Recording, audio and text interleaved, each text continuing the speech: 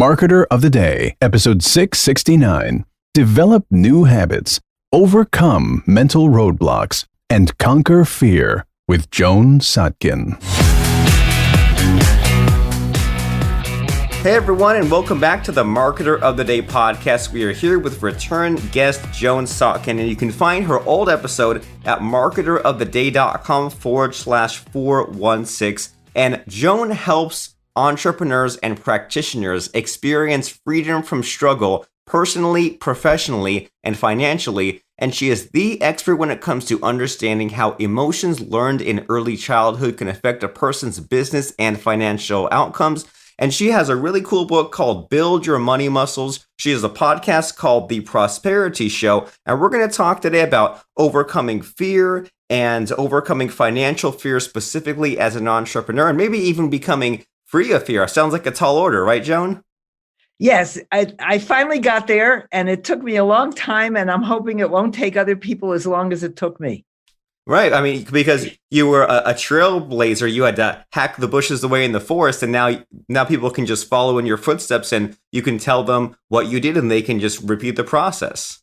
I hope so. I came to this planet 20 years too early.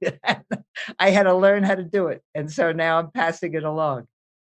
Super cool. So, I mean, what's the starting point here? Like when you have the people that you deal with, coaching clients, people like that, and they're struggling, they're stuck. What are you usually seeing? What are you observing? What are they saying to you?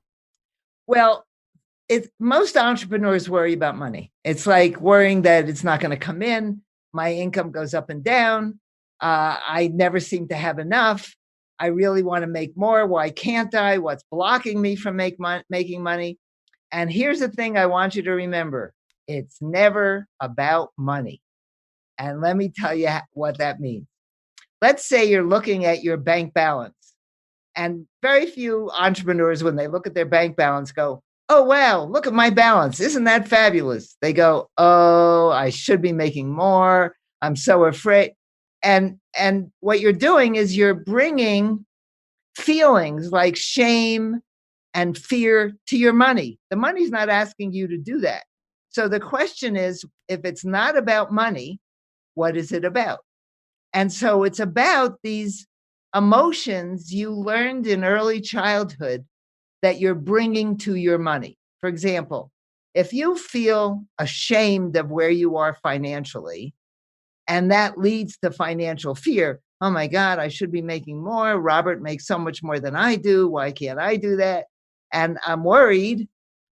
That has to do with the shame you learned in early childhood. Does that make sense? It does. Our parents passed it along to us, right? Right. And if they had shame, they passed that along to you. You learn from your parents.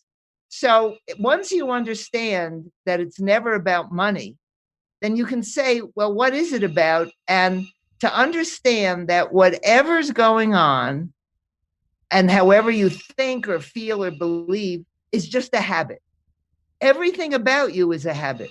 It's not like you learn how to feel shame when you're a grown-up. You learn it when you're a child. And so those emotions are going into the decisions you make. Because every decision behind it has a thought, a belief, and an emotion. Neuroscientists will tell you that any decision has an emotional component. So once you understand what you're feeling about your money, you can say, okay, what am I feeling? When have I felt this before? And you'll start remembering times when you felt it before. And then you can say, well, what would I rather be feeling? And you can actually decide what you'd rather be feeling. People don't realize that they have a choice as to what they want to be feeling. So imagine that you've got the shame habit. What would you rather be feeling? What can you imagine you'd rather be feeling? Instead of shame, I'd rather be excited. Excited or confident, right? I'm confident about what. Well, do you know how to feel that? And if you don't know how, okay. So every time you feel the shame, this is about building new neural pathways in your brain. Every time you feel the shame, you stop and take a deep breath in and say to yourself, wow, I'm doing a great job. I am so confident. So what you're doing is you're training your brain. Instead of responding to that money number with shame, you're going to respond to it with confidence. Now, does it happen right away and that it changes everything? No. Neuroscientists have said that it takes 45 days every day. And if you miss a day, you got to start counting from one. So you have to really work at it.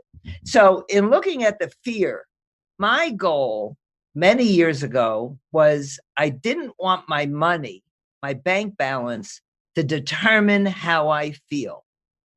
That's a tough one. And the second one was I never wanted to worry. My first spiritual teacher said to me, worrying is a waste of time. And I thought, what a concept, and worrying, like everything else, is just a habit. So if you decide that you don't want to worry, that's your decision. I want to learn how not to worry. I also want to learn how not to let my money determine how I feel. Then every time you notice what you're doing, you can decide to do something instead. So like when I used to worry about money and I knew it had nothing to do with the money, I would say to myself, a large sum of money from an unexpected source, which is just as true as anything else I'm making up about the future, right? Right. Because if you're worried, you're just making up a story, and that story is not true. So why not make up a better story? And because of the way our brain works and the way we create our life stories, what you believe and what you expect is what determines your outcome. So here's the simplest way to do it. Will you share with me something that makes you feel fear about money? I worry that maybe in the future things might get so bad I lose my house, might become homeless. Worst case scenario. Okay. Is that too extreme? No. That's a common one. Okay. For women, it's becoming with the cart, a bag lady. That's what people worry about. Okay. So have you ever become homeless before? No. So it's not your habit. You don't have now, I was homeless at one point. I called it my spiritual journey. I had to give everything I owned away, and I went wandering for a couple of years. Turned out to be the best thing I ever did, because I learned that no matter what happens, I'm going to make it. I've learned along the way with all my physical stuff and everything else, it's pretty hard to die. That's really what we're afraid of. Okay. So when you worry about losing your house or becoming homeless, then you say to yourself, what would I rather be imagining? So what would you rather be imagining? I would rather be imagining taking more time off, having more people doing the work for me, and just picking and choosing, doing more of the things that I love, doing more of I'm more of like a computer programmer and doing more of those things that give me the fulfillment of having a job well done, if that makes sense. Okay. So when your head goes, oh, I'm going to become homeless and you stop and you take a deep breath in and you imagine yourself having this amazing experiencing computer programming. Because your subconscious mind doesn't know about time and distance. It just knows whatever you tell it. So tell it a good story. Would you like to travel? Imagine that you're traveling. You just have to shut off that response. That is habitual. My habitual response to worrying about money is to think that I'm going to lose everything. And say to yourself, what am I really afraid of? And do I have to be afraid of that? No, I've never been homeless before. And I can imagine myself having exactly what I want. You make it sound so easy. It is. You just have to do it over and over again. The problem is your brain is trained to have you imagine the worst. And that was actually a survival technique when our brains were developing, because if something's rustling in the bushes, it could be a saber-toothed tiger that's going to come and eat me. So you're on alert, you have an adrenal response, and then you can decide whether you have to run or not. But surprise, there are no more saber-toothed tigers. So you're making up a saber-toothed tiger. That's what you're doing. You're seeing this homelessness as this animal that's going to come and eat you. It's not going to happen, and you've really done well up until this point, haven't you? If I give myself credit, yes, but I keep falling back into that old software. You're saying it's easy to focus on the negative and look at the little bit where I've messed up, dropped the ball, could have done better, when we all should be giving ourselves a break, right? Okay. So I had a saying, Joni's a good girl and can have whatever she wants. And because I love applause, when I said it, I would say it out loud and clap. Joni's a good girl and can have whatever she wants. So when your brain goes to, oh my God, I'm homeless, what am I going to do? You take a deep breath in and you say, Robert's a good boy and can have whatever he wants. Yay. Do that often enough, you're going to start believing it. So far, just to recap all of this really great and helpful, but it's simple stuff. But I mean, simple is good, right? There's less ways to go wrong. So far, you've been saying that there's this need to redirect. If we keep having those bad patterns, neural pathways, we go negative towards the money, catch ourselves, and say, every time I think or say that, why don't I think and say this? Something else that was helpful in what you've said so far is that our subconscious does not understand time. And so it's almost like a language barrier, right? Like we imagine the worst, and our subconscious thinks that bad scenario of being homeless is right now, but we need to pay attention and say, well, our subconscious just doesn't understand time, and that's a what if that'll never happen way in the future, and it's almost like most of our suffering is just happening in our imagination, right? All this stress, anxiety are for things that won't even come true. Exactly. You got it. You got it. Make up a different story. And the younger you are, the easier it is. I mean, I'm amazed at how many people create these bad stories for themselves. And they get to be old and they haven't got enough money and life gets hard. It doesn't have to happen. I'm 78 years old and I'm still creating new stuff because I don't spend time in the past and I see this amazing future. So your choice. Your life happens in your head before it happens in your life.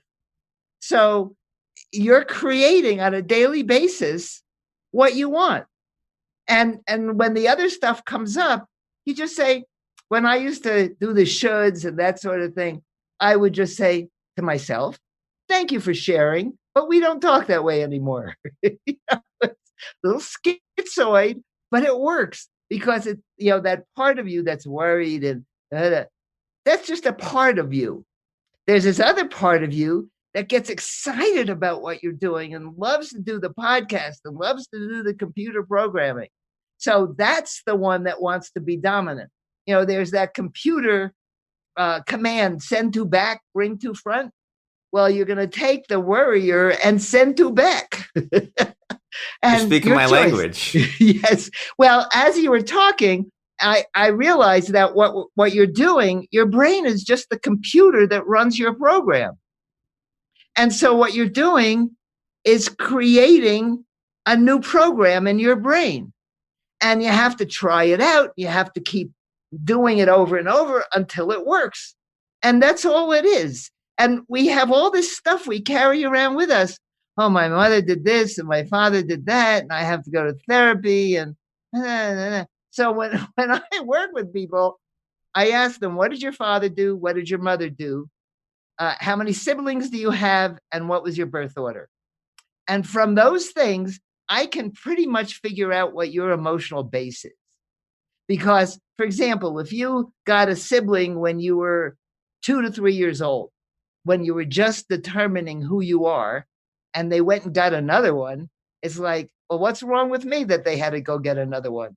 And you carry that with you for the rest of your life. Oh, there must be something wrong with me. And there's nothing wrong with you. You just have habitual thoughts, beliefs, and emotions that you're acting out on a daily basis through your life story. And it seems like as you're explaining this, that there's a certain amount of like humor and whimsicalness involved, right? Like you're having fun, and you're saying some of these things that we're born or we grow up with that stick. They're silly things, and then even you say that some of these habits, like your mantras or the "we don't talk this way anymore" or give yourself the applause. It almost seems like the funnier the better, right? Yeah, well, the family I come from, we never talked about feelings. We just told jokes. So I have this humorous background. And I try to imagine that whatever is watching this story must have a really good sense of humor, because here we are, these powerful beings that can create these amazing things. And we walk around going, what's wrong with me? I should be doing this. And if I were watching that story, it's like watching a kid who gets a real young child who gets really upset about something. And the parents have to keep from laughing because they're getting upset about something so ridiculous. Can't find my toy. It's the worst thing in the world. Well, that's how we behave. We just put more sophisticated words to the whole thing. Yeah, it's like we're lacking that gratitude because like the universe is so big and there's only the tiny little pockets where life can exist, and our planet happens to be at the right exact little spot away from the sun, and our gravity isn't too high that we can't escape the planet. And you weren't born in 1602 where you would have died of cholera at age 10. I mean, we have it so lucky we don't act like it. Right. So who's ever watching is laughing because we're acting kind of silly. Yeah. So before we get too far at a time, I want to maybe cover maybe if there's time for maybe one other or two other important entrepreneurial fears, right? Because you said that there's the fear of making money, which is huge. But then also, if you think about it, there's kind of the people have a problem of really like going for it or taking risks, or maybe people are afraid of quitting their 9 to 5, or maybe they're afraid of putting themselves out there, right? Putting out that book or that course out there, afraid of being embarrassed. So, I mean, does it all relate to money, or No. what else do people is holding people back here? It relates to your brain, because you've got this amygdala, this little thing in your brain that is designed to keep you safe. Remember, we've got to watch out for those saber-toothed tigers.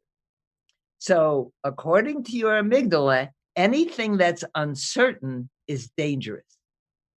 So if I decide to put something out there, I don't know what the result is going to be. People could laugh at me. They could think I'm stupid, whatever it is. So my amygdala tells me you better be afraid. It's that simple. So once you realize that it's just your brain trying to hold you back to keep you safe, then you can say to your brain, thank you for sharing, but we're going to try it anyhow. Now, I see that some people have a greater ability to overcome that fear than others. When I see people jumping off mountains in those suits where they look like birds and they're flying. I mean, wingsuits. Thank you. I wouldn't do that in 1,000 years. But I have my pilot's license, and I know a lot of people who are afraid to solo in an airplane. And so some people just, I think genetically or because of their training, have a greater resistance to fear than others. But once you realize that it's your brain telling you to be safe, you have to ask yourself, is it worth it staying safe? When I was soloing the first time, and what happens is the instructor gets out of the plane and says, okay, it's time for you to solo. And I sat on that tarmac for a good 30 minutes deciding whether to fly or die. And at some point, I decided to fly. So it's a decision. I'm going to allow myself to feel the fear and do it anyhow. That's a choice. Everything you do in life is a choice. So do you want to give in? And you've got this part of you that's your self-concept, your identity. Well, I'm not a person who has courage. I better be safe. Your choice, but you're going to miss a whole lot of life. Right. That's huge. Yeah. So you're saying we do have a decision, and sometimes there's the thing that's easier, which is to let the fear take over, which in the short term is great, but in the long term, we will have that regret. But what you're saying is that fear that comes from the uncertainty is not a command. It's just a suggestion from our brain to keep us safe. And we can say, no, thanks for the advice, but I'll disregard it. I'll do what I know that I need to do. Right. Think about it. If you know how to swim, when you first started swimming and someone told you that you could float in this pool, it was scary. But you start flailing your arms and suddenly you're not dying. You have to remember when you were learning to walk, you fell down a whole bunch of times and you could have stayed down there for the rest of your life. It wouldn't have done much for you, but you got up and walked. And so you have to think of all the times when you did things that were scary and you didn't die and you didn't get hurt. And, people are afraid of relationships. So afraid to get into a relationship because I'm going to get hurt. You have to remember that phrase, better to have loved and lost than never to have loved at all. And, if you're willing to love and lose, you're going to have a more interesting life than if you're protecting yourself against everything.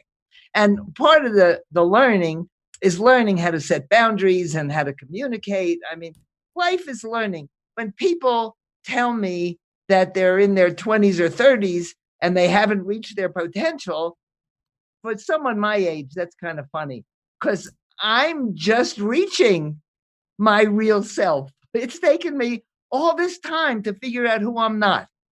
And I think you have to figure out who you're not before you figure out who you are. So a lot of these experiences that don't work out well, you were just learning what you're not. And then you get to choose something else to try. And by the time you're 50 or 60, you've tried enough things that you're getting an idea of who you are.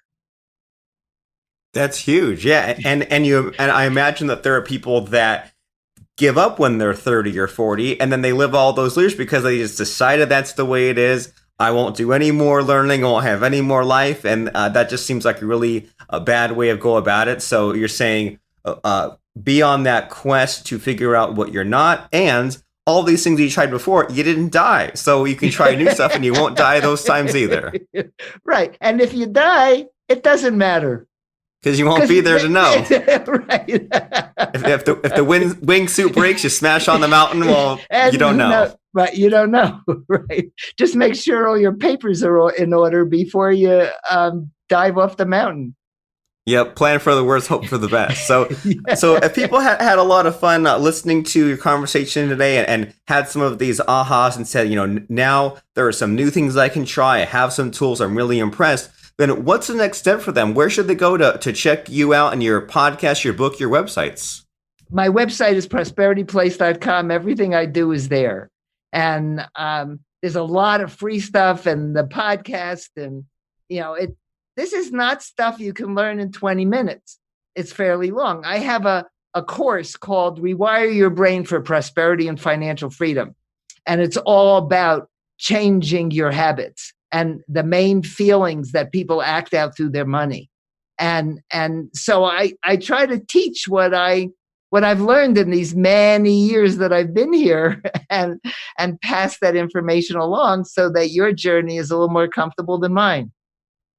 Fantastic, because otherwise you run out of time. And what really stuck with me with what you were talking about here was how important it is to have some of these daily habits. Like you said, it sometimes takes 45 days every day. And if you miss a day, you start over. And imagine all the people out there with a bad attitude who have decided ahead of time that something's not going to work and they don't stick with this for 45 days. Why be someone like that? Instead, be someone who's more curious and knows it needs to change and will follow that advice. So the place to go is prosperityplace.com to check out all the amazing things Joan has to offer us today. And thanks so much, Joan, for stopping by and making us laugh and giggle a little bit and giving us some of that helpful advice. I appreciate it. And thank you for giving me the chance to do it. Thank you, Robert. Please follow me on Twitter at twitter.com/Robert Plank. That's twitter.com/Robert Plank. And while you're adding me, also like Marketer of the Day on Facebook by going to facebook.com/Robert Plank Show.